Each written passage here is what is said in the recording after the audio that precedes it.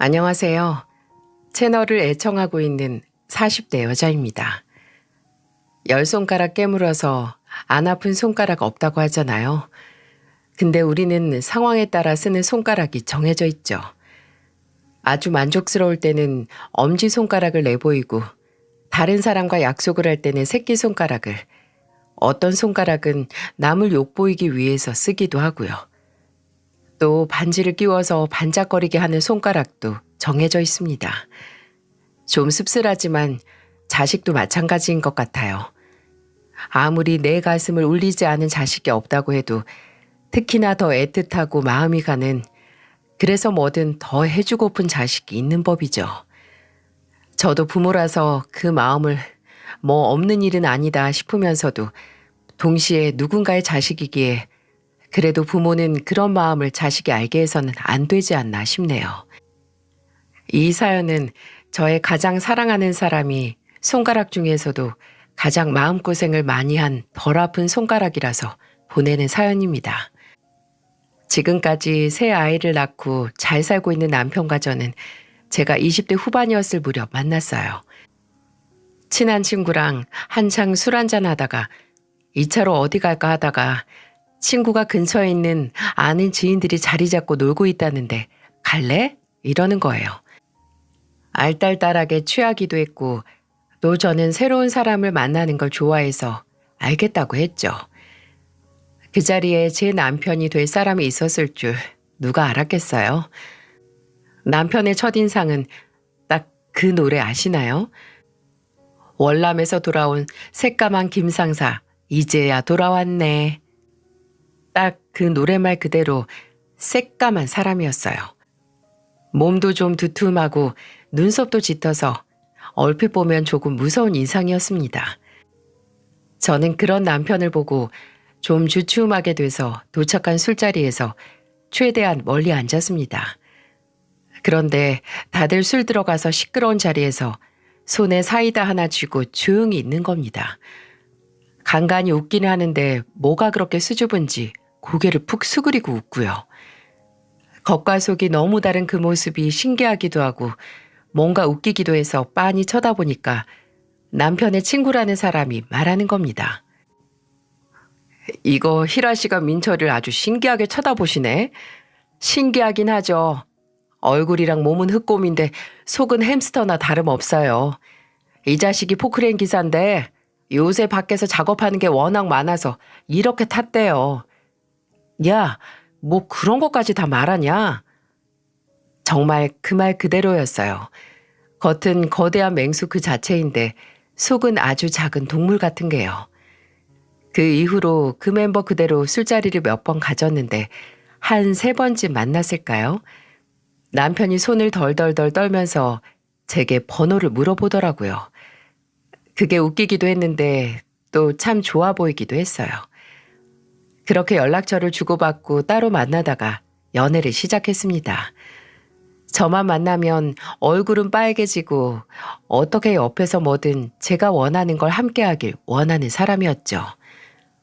어떤 때는 너무 내 눈치를 보는 게 아닌가 했는데 천성 같더라고요. 소심하고 내성적인 모습이 말이죠. 만난 지 1년이 안 됐을 때 이미 저희는 서로의 마음을 확인하고 암묵적으로 결혼도 생각했던 사이였어요. 근데 제가 덜컥 임신을 먼저 하게 된 거죠. 저야 어차피 결혼을 한다면 이 사람이다라고 생각하던 와중이라서 둘만의 신혼을 갖지 못하겠지만 뭐 어쩔 수 없지 했습니다. 제 자취방에서 남편이 사온 선짓국을 함께 먹다가 제가 무심결에 던졌어요. 아, 맞다. 나 임신했어.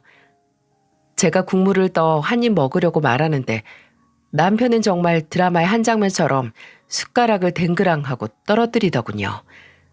저는 그 모습을 보고 와, 이 사람한테 매일 깜짝 놀랄 만한 말 하면 심심하진 않겠다 생각을 했죠.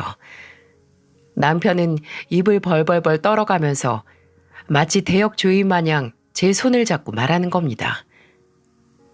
희라야, 내가 너무 미안해. 너 아직 어린데 내가... 이보세요. 나 내일 모레 30이야. 어리게 봐주는 건 고마운데 이렇게 입술 떨 일은 아니네요. 그래도 내가 민철 씨 나랑 결혼할 생각 아니었어? 그럼 당연하지. 희라 아니면 나 데려가 줄 사람이 누가 있어. 그래.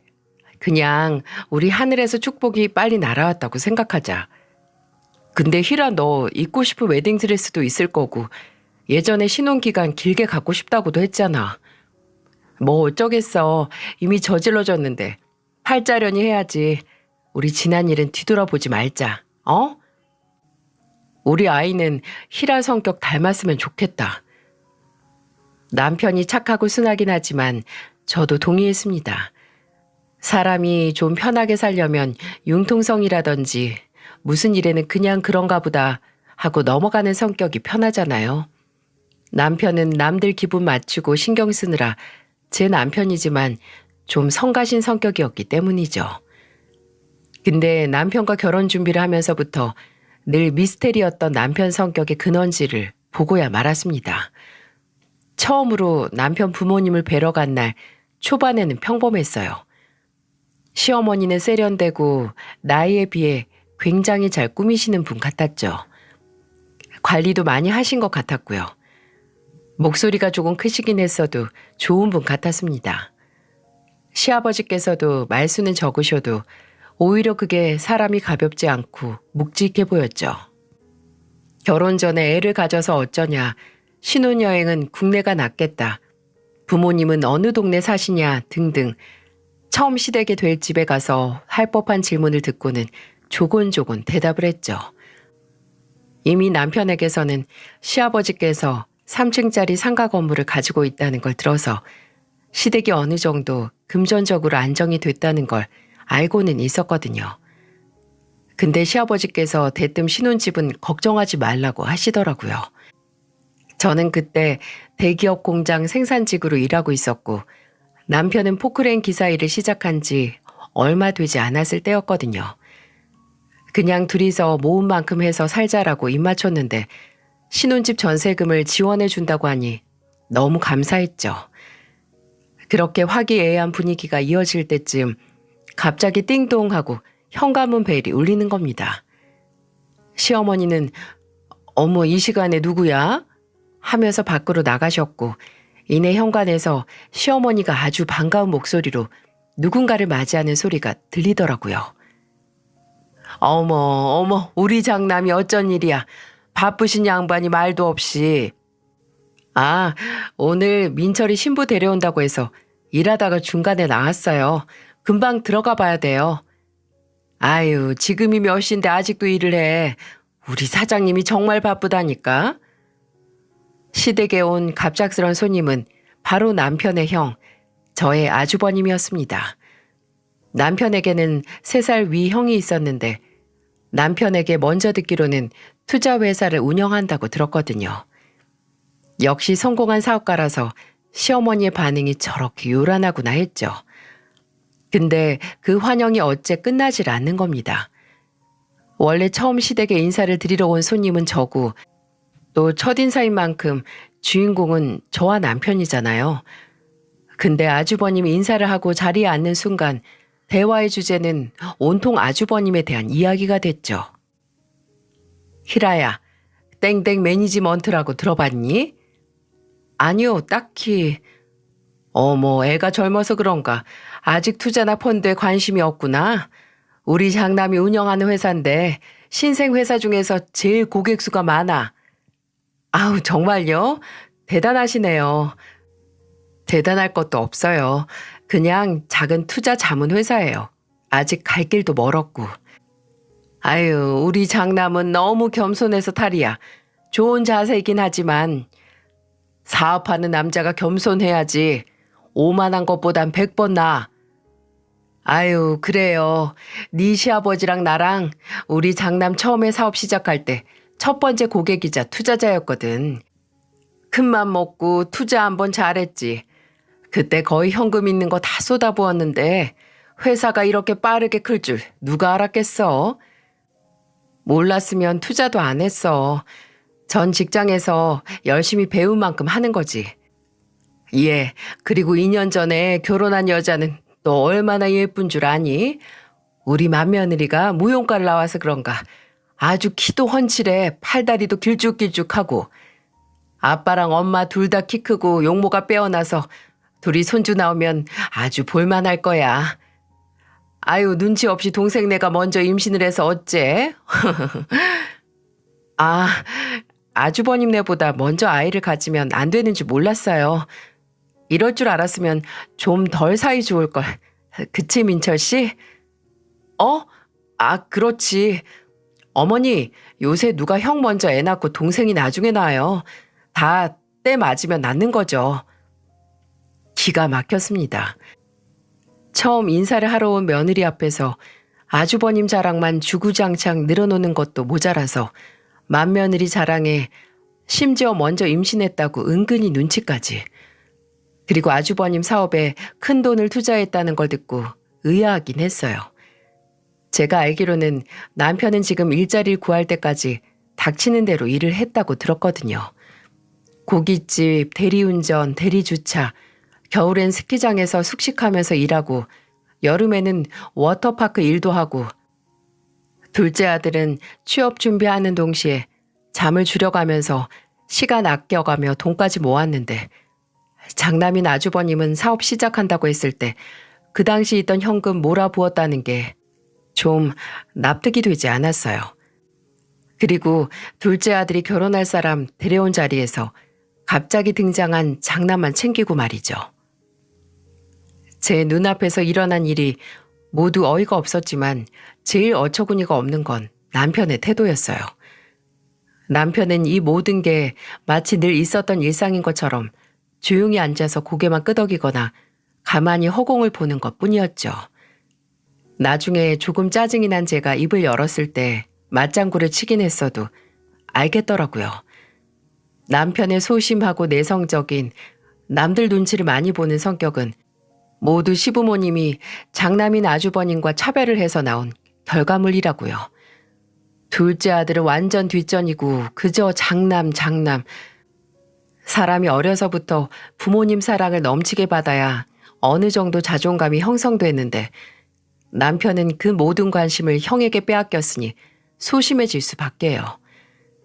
지금까지 제가 좋아했던 남편 성격 근원제 실체를 알고 나니 씁쓸하고 안타까웠어요.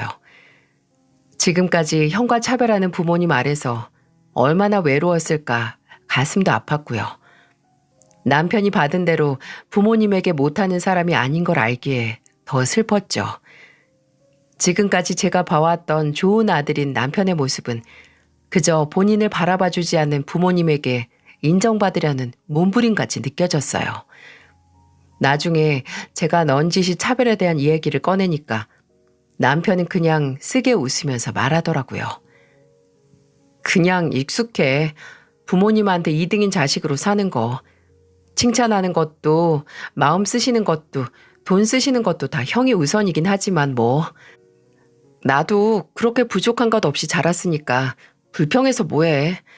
확실히 형은 부모님이 투자한 만큼 결과가 잘 나오기도 했고 민철 씨도 형이 받은 만큼 지원받았으면 지금 다른 일을 하고 있을지 누가 알아?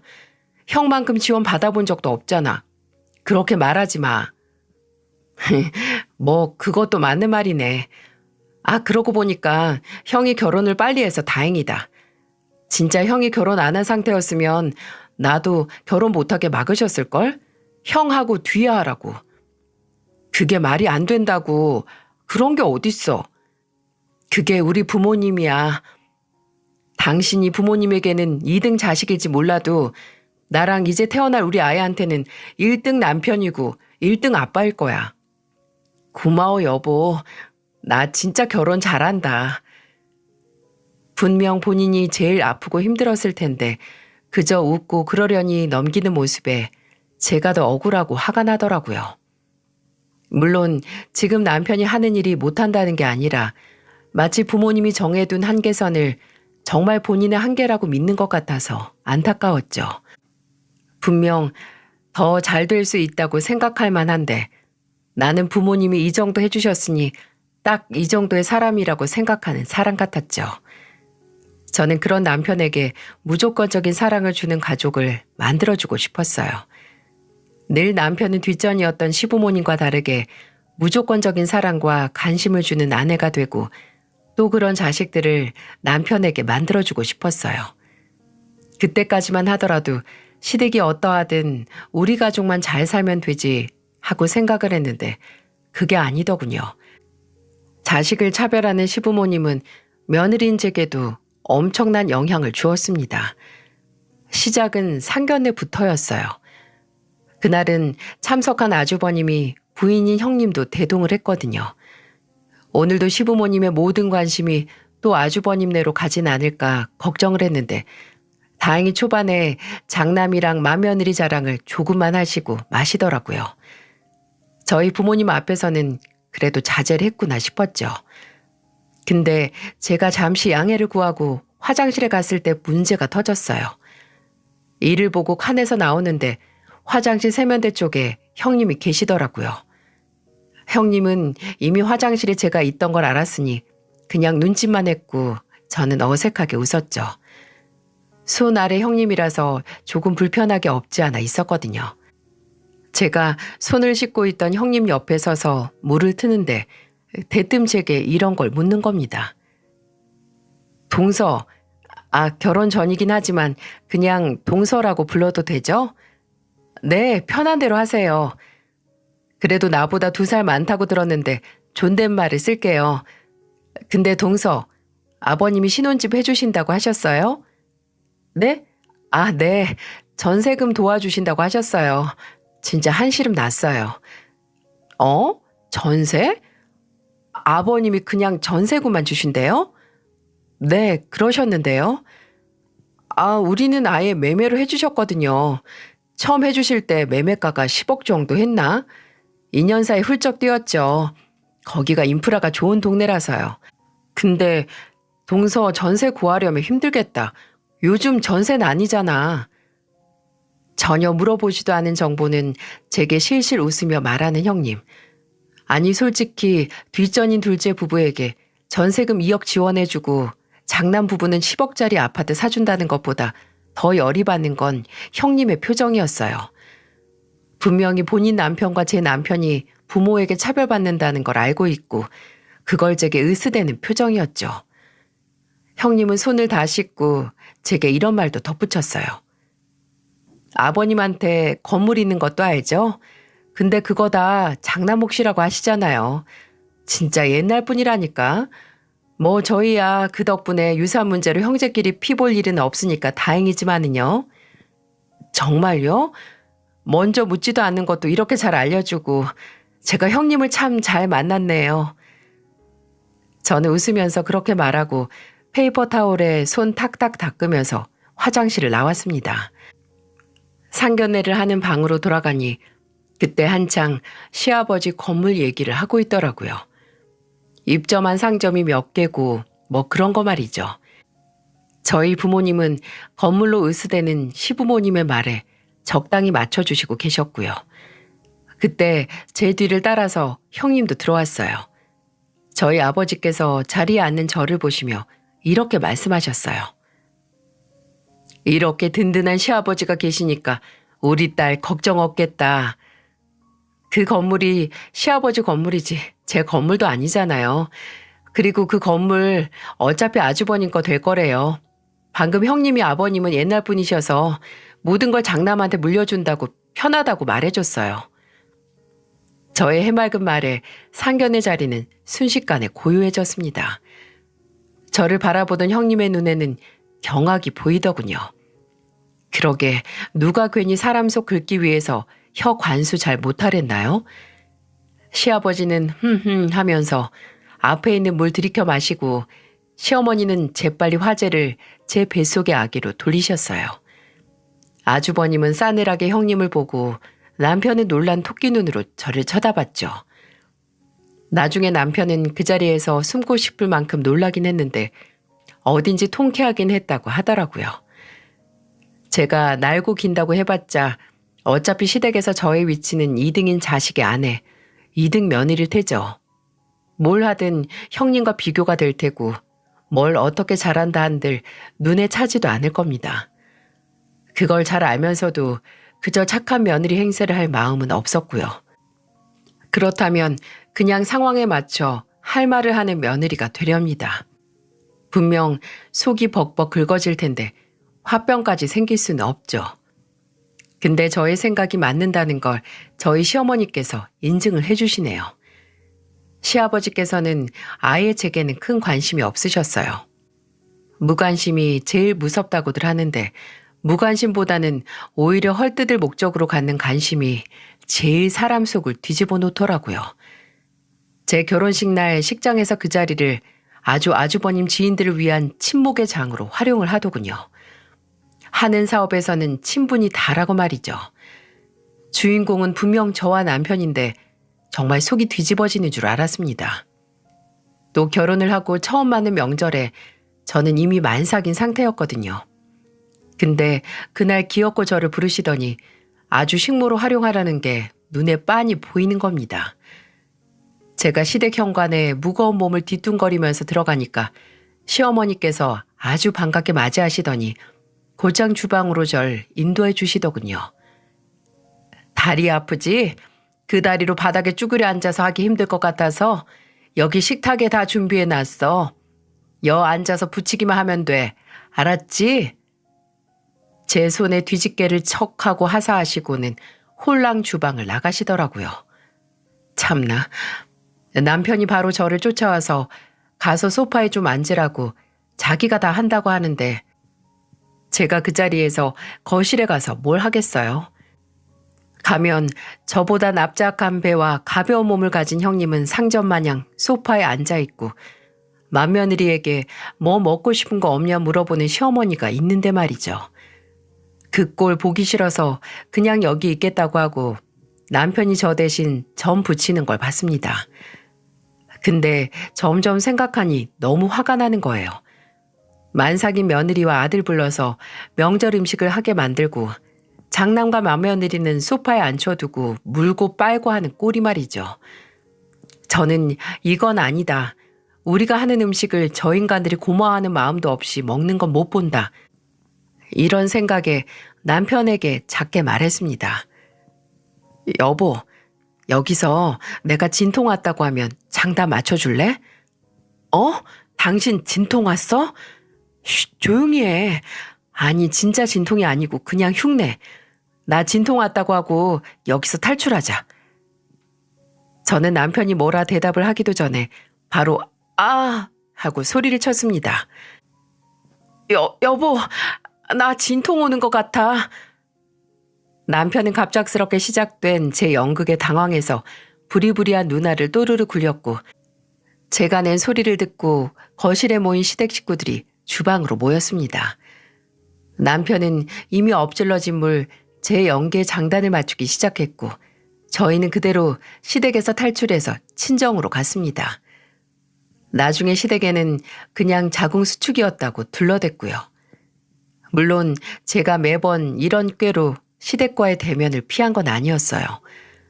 결혼하고 몇 년을 시댁에 가기만 하면 변변치 않은 살림에 일도 그만둔 며느리 취급을 받았거든요. 첫째 아들을 낳고 그 후에 둘째 아들, 막내딸을 낳느라 저는 자연스럽게 직장을 그만두게 됐고 시어머니는 그게 보기 싫으셨던 거죠. 심지어 나중에는 애 많이 낳았다고 뭐라고 하시기도 했습니다. 막내딸을 낳고 얼마 되지 않아 시댁에 들릴 일이 있어서 혼자 간 적이 있었거든요. 근데 시어머니께서 친구분들을 초대해서 수다를 떨고 계시더라고요. 제가 인사를 하니 친구분들이 새로운 대화 주제로 등장한 저를 보고 화색이 돼서 말을 하시는 겁니다. 아, 둘째 며느리? 예전에 결혼식에서 보고 처음 보네. 어쩜 요번에 딸 낳았다며? 축하해. 네, 감사합니다. 둘째네가 금술이 참 좋아. 이번에 셋째잖아. 둘째네 본받아서 첫째 아들도 빨리 애 낳아야 할 텐데 둘째네가 아주 애국하네. 친구분들께서 하나둘 제게 좋은 소리를 하시기 시작해서 예의상 웃으면서 서 있었는데 대뜸 시어머니가 아주 가벼운 목소리로 말씀을 하시는 거예요. 애국은 무슨 애국이야. 여유롭지도 않은 살림에 애나 줄줄줄 낳고 일은 그만둬서 다시 시작도 못해. 아주 골치야. 마음에 안 드는 며느리 칭찬이 듣기도 싫었는지 이렇게 초를 치시더군요. 친구분들도 전혀 관계도 없이 며느리 헐뜯기 시작하는 시어머니를 보고 당황하셔서 두둔하기 시작하셨는데 끝까지 저에 대해 마음에 안 드는 부분을 마치 한 맺힌 사람처럼 구구절절 말씀을 하시는 겁니다. 우리 맏며느리하고는 너무 달라. 걔는 하도 애가 생각이 깊고 현명해서 그냥 냅다 애 낳지도 않잖아.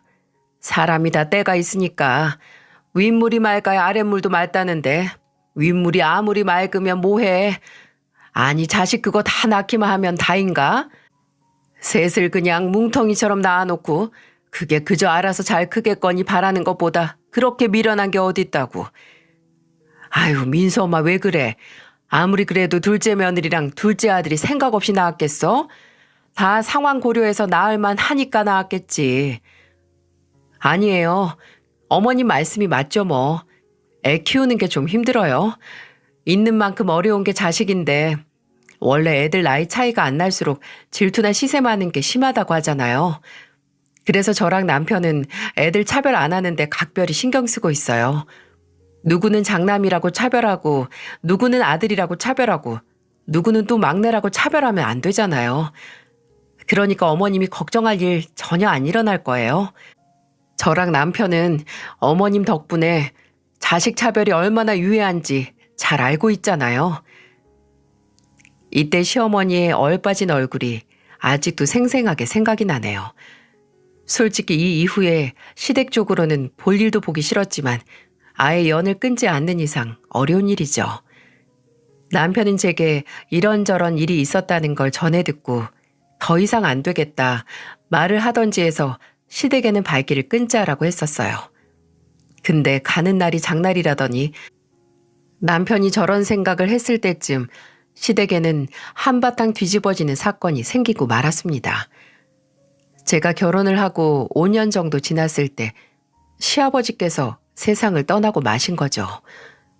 원래 심장에 질환이 있다는 건 알고 있었는데 주무시다가 급작스럽게 심장마비가 오셨고 그대로 눈을 뜨지 못하셨어요.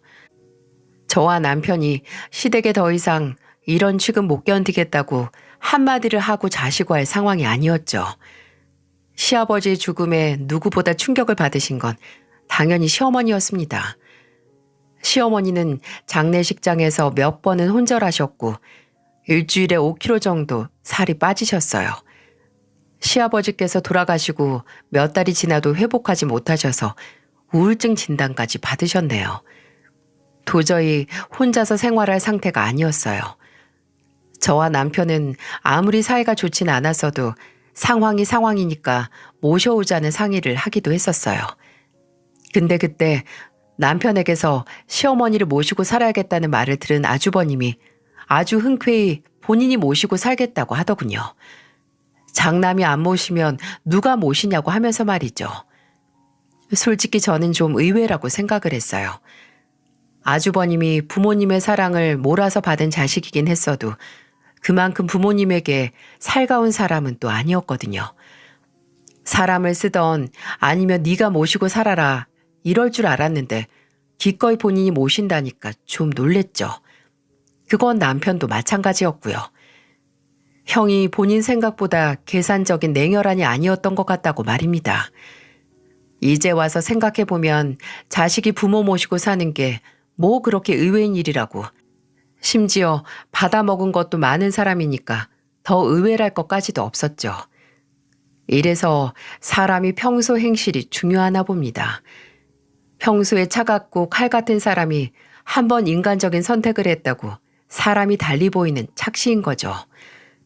저와 남편은 그래도 시어머니께서 사랑에 맞지 않는 장남과 함께 사시게 됐으니 상태가 좀 나아지시겠거니 했습니다. 걱정할 일이 줄었다고 말이죠. 하지만 저희의 시련은 그게 끝이 아니었어요. 마냥 속이 좋은 남편이 사고를 치고 만 거죠. 친구를 믿고 보증을 섰다가 친구가 잠수를 타고 만 겁니다. 정말 솔직히 너무 화가 났어요. 물론 사람을 잘 믿고 착하고 순한 남편의 모습을 사랑하긴 하지만 그 성격이 이런 역효과를 낼 줄은 미처 몰랐으니까요. 하지만 또 너무 미안해하고 어떻게 해서든 해결을 하겠다고 하는 남편을 보니 그래, 사람이 살면서 실수를 하는 거지 하는 생각도 들더라고요.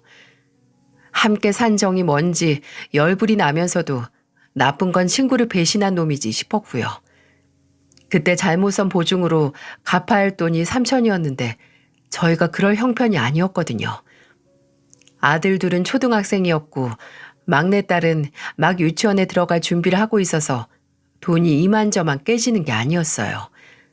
그래서 저는 남편에게 말했습니다. 여보, 사람이 실수는 할 수 있어.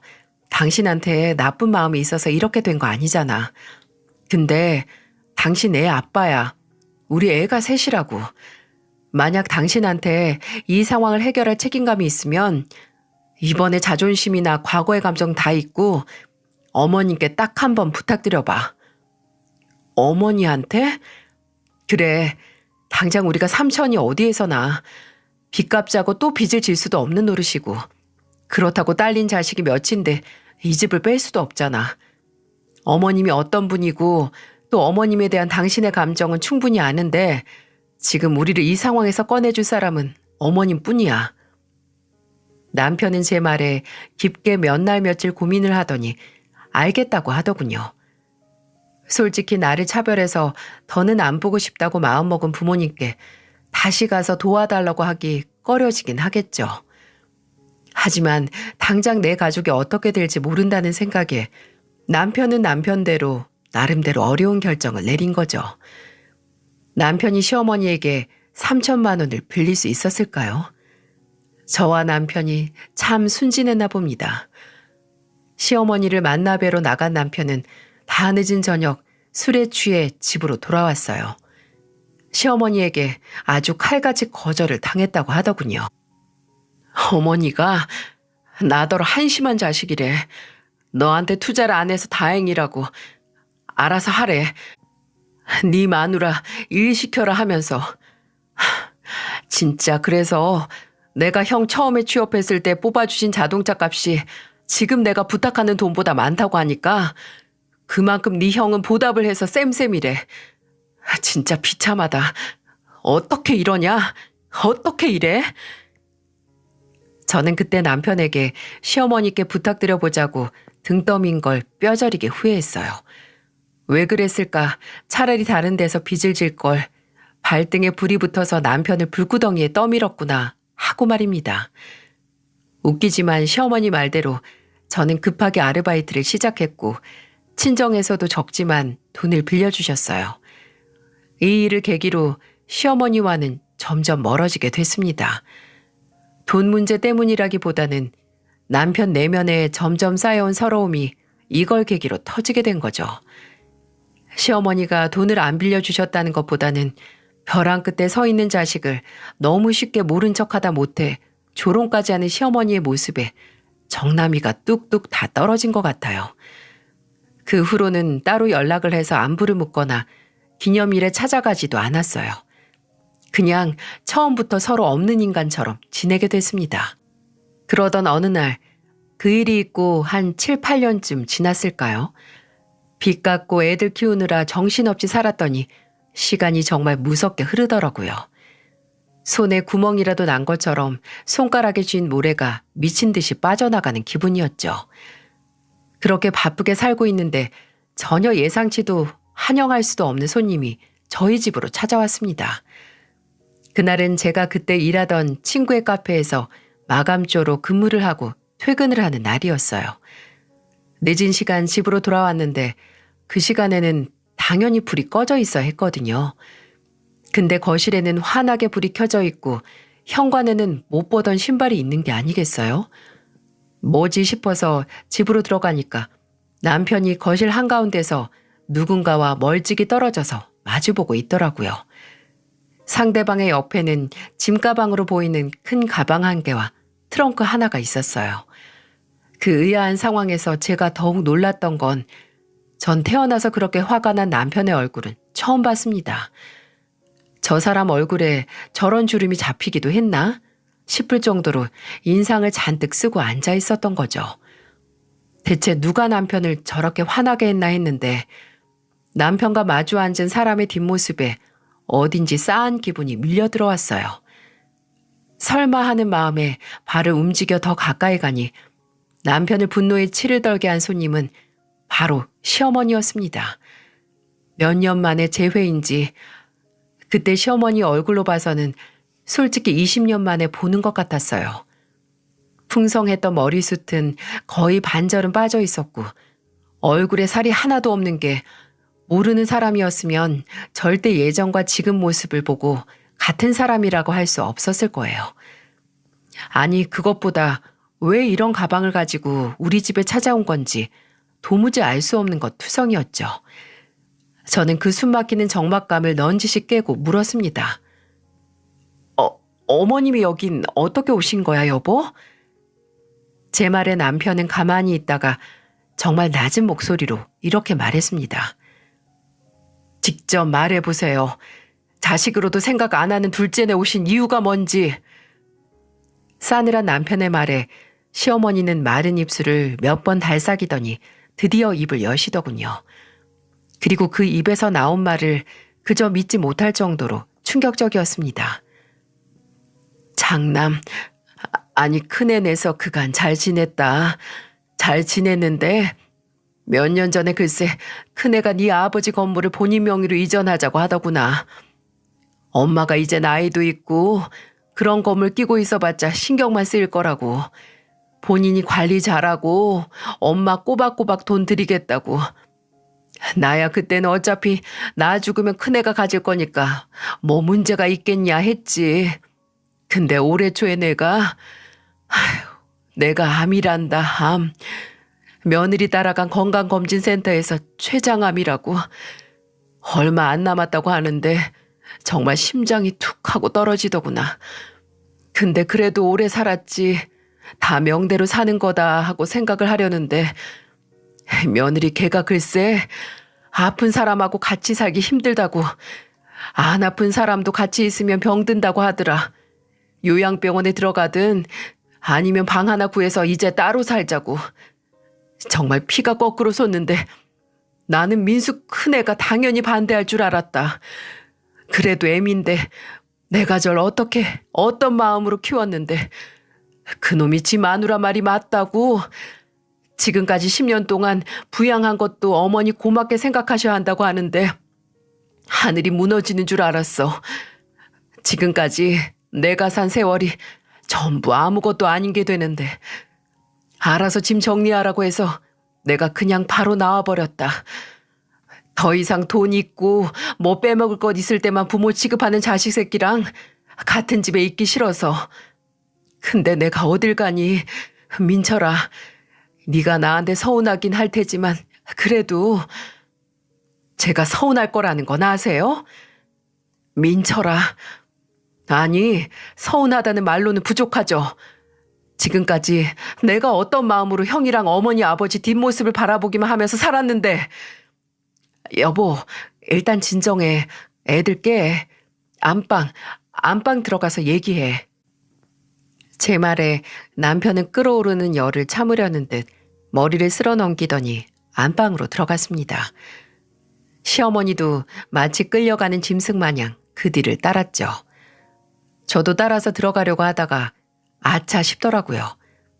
이건 제가 끼어들 일이 아니라는 생각이 들었거든요. 결과가 어떻게 되든 당사자 2명이서 어떻게 해야 하는 거라고요. 안방문에 몸을 살짝 걸쳐두었다가 뒤로 쓱 빠져서 문을 닫았죠. 남편과 시어머니가 함께 들어간 안방에서는 간간히 말소리가 들리다가 갑자기 폭발할 것 같은 남편의 목소리가 들리기도 하고 그 뒤에는 시어머니가 울면서 뭔가를 비는 목소리도 들렸어요. 남편이 한평생 부모님께 뭘 바랬던 적이 없다. 내가 뭘 해달라고 달라고 했던 적이 있냐고.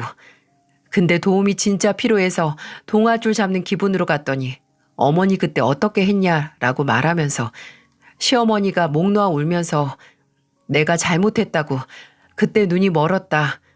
그때는 정말 장남 하나 잘 키우면 뭐든 잘 될 줄 알았다고 남편에게 용서를 비는 목소리가 들리더라고요. 시간이 지날수록 분노로 점철된 남편의 목소리도 흐느낌으로 변하고 그럴수록 시어머니의 울음소리도 더욱 심해졌어요. 저는 그 방문 앞에서 지금 내가 뭘 빌어야 하나 했습니다. 둘의 화해? 아니면 남편의 통쾌한 복수? 저는 그저 제 남편이 더는 상처받지 않길 바랐습니다. 그렇게 영원 같은 시간이 흐른 후에 새벽해로 창밖이 흐릿하게 될 때쯤 안방에서 들리던 소리가 멎더라고요. 저는 눈치를 보다 조심스럽게 안방문을 열었고 그곳에는 마치 울다 지쳐서 잠든 것 같은 남편이 시어머니 앞에 누워 있었고 시어머니는 그 모습을 발치해서 지켜보면서 멈추지 않을 것 같은 눈물을 흘리고 계셨어요. 그러다 손을 들어 올려서 잠든 남편의 얼굴을 쓸어 만질 것 같다가도 이내 뭐가 무서운 사람처럼 손을 거두시더라고요. 다음 날 남편은 제게 이런 말을 했습니다. 여보, 정말 염치가 없는 건 아는데 무슨 말 할지 알 것 같아. 당신 결정대로 해. 어? 둘이서 무슨 대화를 나눴는지 다 알 수는 없지만 계속 굳게 닫혀있던 당신 마음이 움직인 거잖아. 그러니까 어머님 남은 시간 동안 같이 있고 싶다고 지금 나한테 말하는 걸 거고. 맞아. 미안해. 미안할 게 뭐 있어.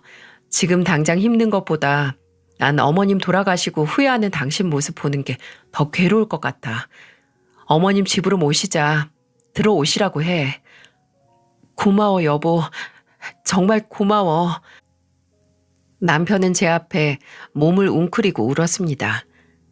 저는 한평생 남편 몸 안에 있던 부모님께 제대로 된 사랑을 받지 못했던 어린아이가 이걸 계기로 조금 치유되는 건 아닐까 했어요.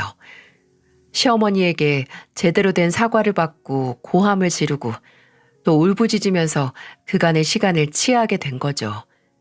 솔직히 턱도 없긴 해도 당장 남편이 내린 결정이니 저는 그냥 뜻대로 이루라고 하고 싶었어요.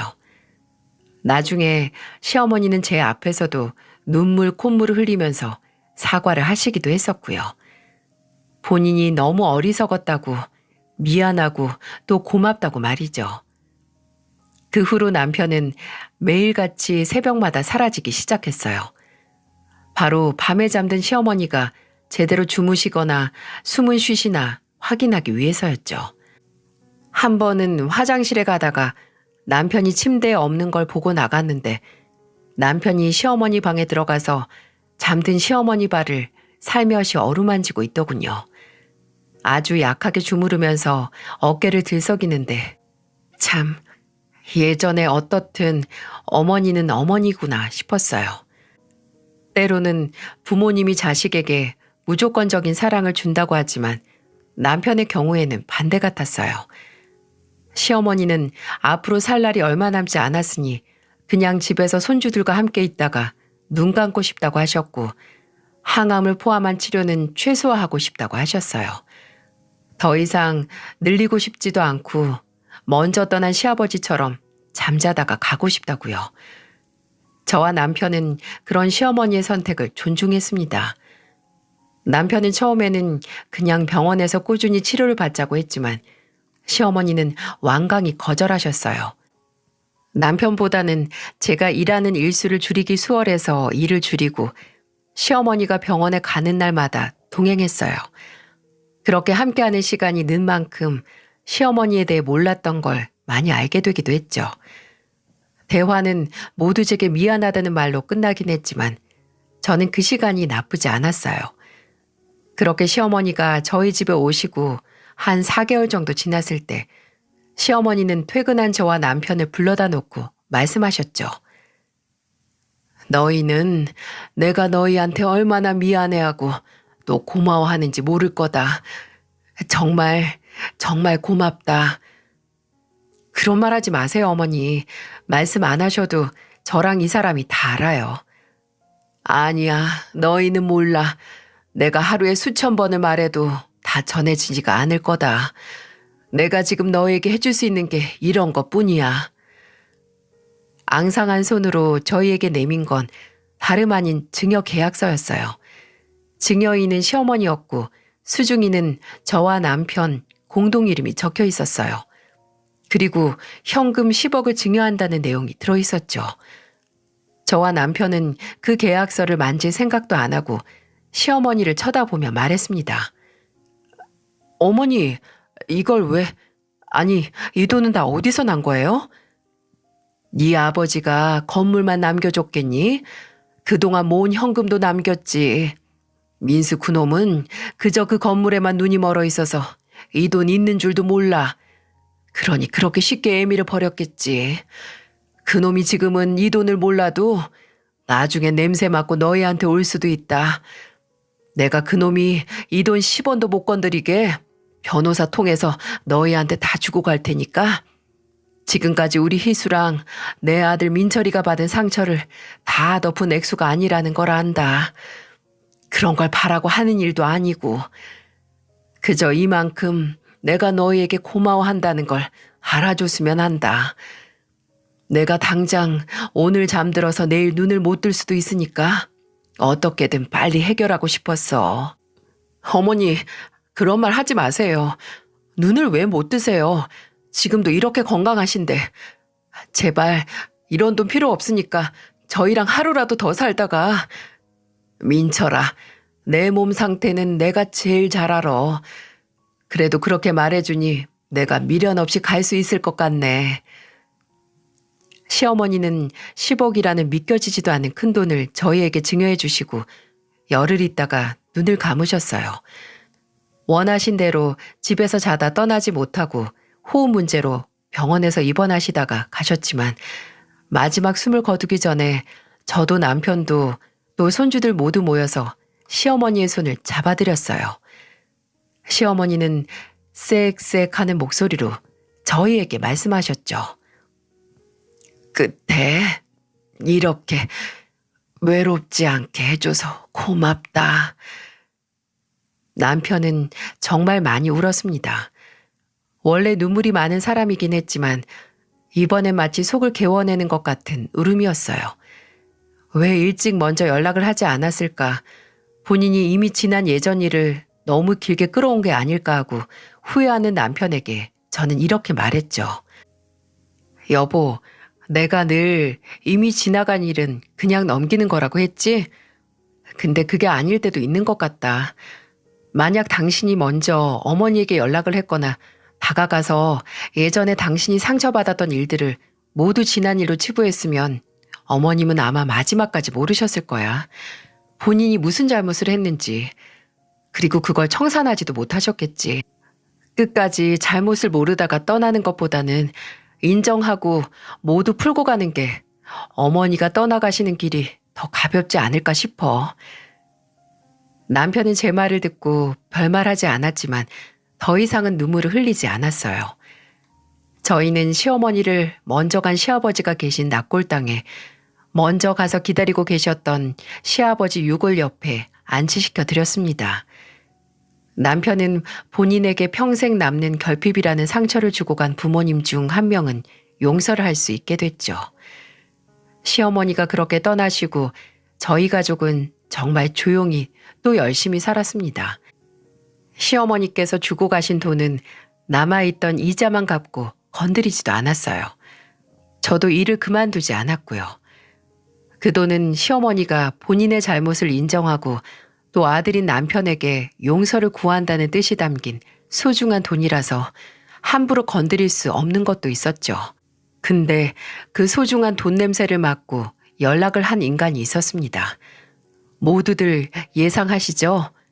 네, 바로 아주버님이었죠.